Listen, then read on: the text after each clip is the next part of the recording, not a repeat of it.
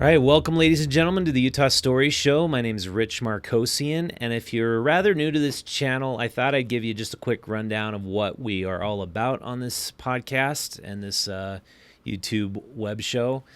So basically, I've been writing a magazine and being an editor of a magazine, a local magazine called Utah Stories, for 12 years.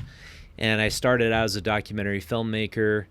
And what I learned and why I decided to launch my own magazine and website is a lot of news is covered by the newspapers, and they do an excellent job. There's a lot of amazing reporters in Utah.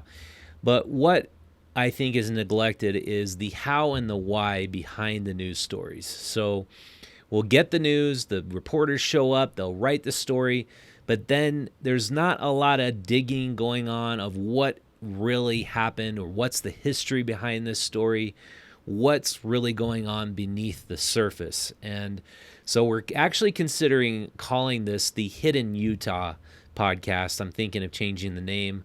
I'd love to have you chime in on people who've maybe been watching this for a little while, what you think of that name. Because it is all about getting past the surface and getting to the deeper issues. And we even get into a lot of quality of life issues, things concerning the inland port, our air quality, cronyism, our standard of living and life in Utah, and how to be more self-reliant, and all sorts of things concerning how to basically enjoy living here to its fullest. And so that's what this podcast is all about. If you like that, and we are also very nonpartisan. I tell people I'm a liberal libertarian. I'm a liberal when I'm in the city, and I'm a libertarian when I'm in rural areas, because I strongly identify with both mindsets in both places. Because if you're in a city, you want to have clean air, you want to have abundant local businesses, you want to have a lot of the amenities you find in cities. That's why people go to cities. But if you live in a rural area, you want to have freedom from the government. You don't want the oppressive regulations to prevent you from starting your own business and being able to use your own land and your own home to make a living. So that's where I stand politically. I had a guy who's been emailing me. He probably can stop emailing me, telling me that he thinks I'm either a Jew or a Mormon. He can't figure it out. I'm neither one. So you can't really put me inside of a box.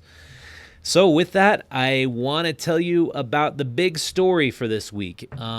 It's concerning a area that we've been covering here for about 5 years.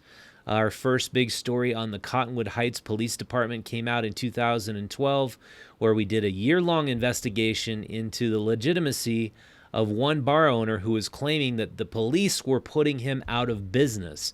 His name was Jim Stojak, and his claim was backed up by the 7-Eleven owner, Lonnie, who both went on record saying the police force in Cottonwood Heights was oppressively targeting their customers and actively trying to harass and put them out of business.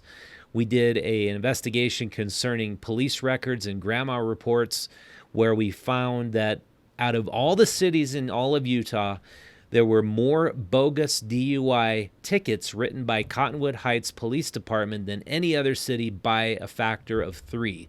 They were the highest by 3 times. Then the judges were dismissing these bogus DUIs. We wrote a story about it. I saw the chief of police, who was named Robbie Russo, a few years ago, and introduced myself to him to ask a few questions. And he said, "Oh, are you that guy writing all that shit about me and all that shit in your paper?"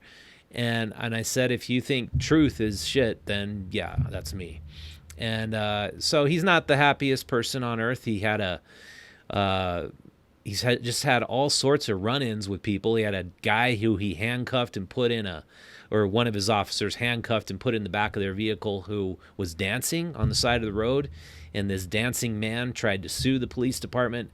But I want to show you what happened when this group that is going all over to many cities all over the Wasatch Front came to Cottonwood Heights to basically demonstrate peacefully justice for Bernardo. Justice for Bernardo is related to the incident where the Man was shot a few times in the back of the back, and our attorney general in the state of Utah, Sim Gill, decided that the police officer who did that had justifiable cause. I'm not going to go too far into that story, but let's show you now some footage from what happened when the Justice for Bernardo, Black Lives Matter folks descended on Cottonwood Heights and wanted to walk through the streets and demonstrate against police brutality. I'll start out the clip at the very beginning. So here you can see a lot of people showed up, hundreds of people. They were in the roads. They were basically dancing. That was kind of the hallmark of this group. I think a lot of people are dancing now and realizing that if they can't go to festivals, you can go to demonstrations and you can listen to some good reggae music while you walk through the streets, and you can meet some people and have fun. This is what they're doing instead of the festivals we usually would have all over the city. So anyway, let's zip ahead to about 10 minutes in. You'll see the protesters get to a point where they run into the cops, and the cops are saying, you cannot pass. Stop right now. You got to go on the sidewalks. You're not going to go in the street. This gentleman was kind of upset about that. Other folks were saying, we got a permit for this demonstration. We should be able to go in the streets. You can see the police officer that they're talking to. Where is he? Basically, he's got a Pennywise mask on, a very disturbing face mask on, kind of a smart alecky move by the cop, if you ask me. But here they are. They put all their squad cars out in the middle of the road. They're telling people, you got to get in the sidewalk. You got to stop what you're doing. And this guy's saying he was one of the ones who I think got the permit to have the rally, and he's telling him no.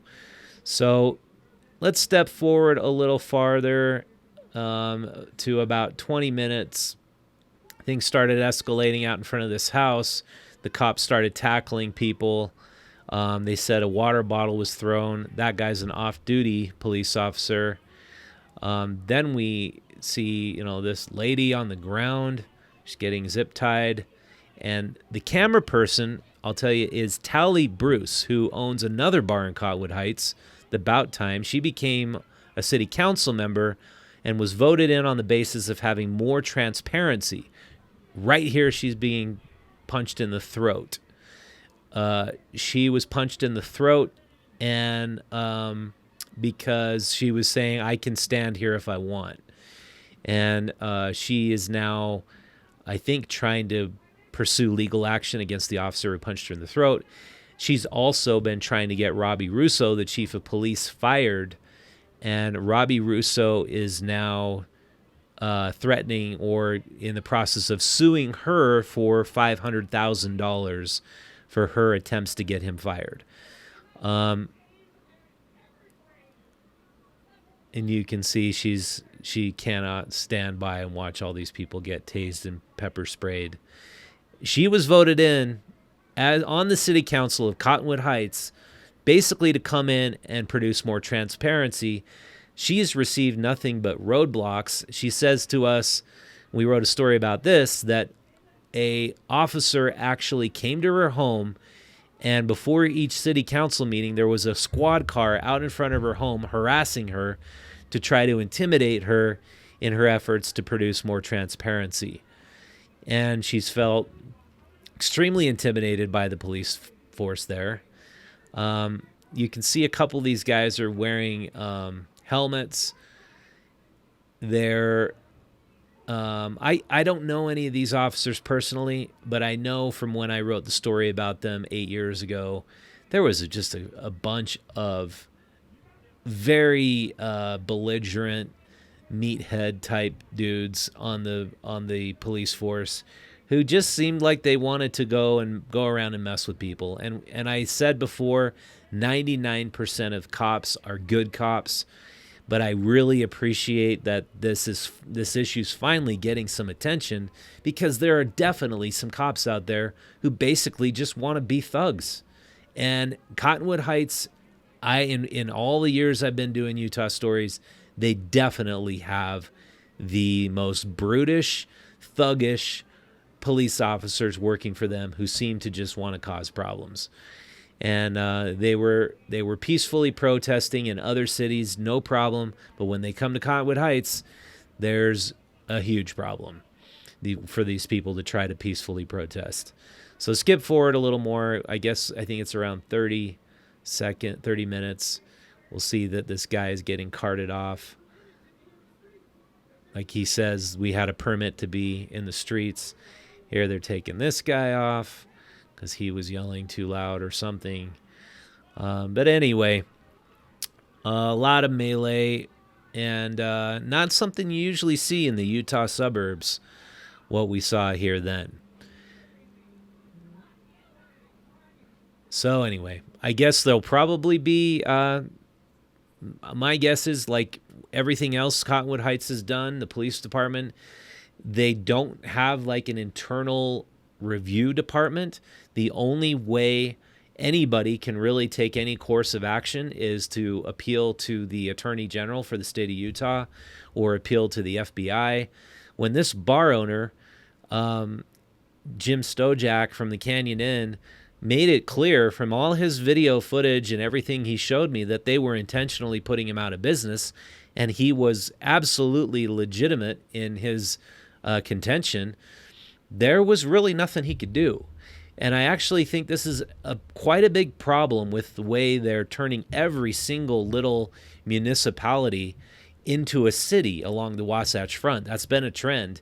And I don't know why they're deciding that's such a great idea. We now have a Mill Creek city with its own little city council and their own little city building. And we try to, my other side hustle is renovating houses. And we've always been able to just do a lot of work on these houses without a permit because you're in unincorporated area. Now there's a Mill Creek city, and so they have guys that just drive around trying to give people tickets for renovating or restoring their houses because they need the revenue to support their city building, to support their police officers. And the same goes for Cottonwood Heights. Now this, unincorporated area between Midvale and Holiday, and they decided we're going to have a city and we want to have our own police department. These other cities have unified police department. This police department is extremely expensive. It's like they have, I think, 40 squad cars. They have something like 60 officers. And the budget is just going through the roof to support all these officers. They have to justify their existence by doing stuff like this. So now they're going to say, oh, well, look how we kept this protest safe because there were some rabble-rousers. There were people causing trouble. And imagine if we hadn't have been there. This could have turned into a riot. That narrative is exactly what they try to portray in their city council meetings. It's not true. It's a false narrative. They didn't need to be there. There didn't need to be 40 officers telling people that you got to go into the sidewalk. And I just see it as a big problem. And residents of Cottonwood Heights, it's for them to ultimately decide, but hopefully democracy and their voices will be heard. That's a big part of what we want to stand for at Utah Stories. And so anyway, that's that. We appreciate you watching the program, and if you'd like to follow us, go visit us at utahstories.com and subscribe to our newsletter. You can follow us on Instagram, Twitter, and Facebook. And of course, if you want to subscribe to our YouTube channel, that's always appreciated as well. So our new issue will be coming out next week. Look for it. It's our Hidden Utah issue. And thanks for watching.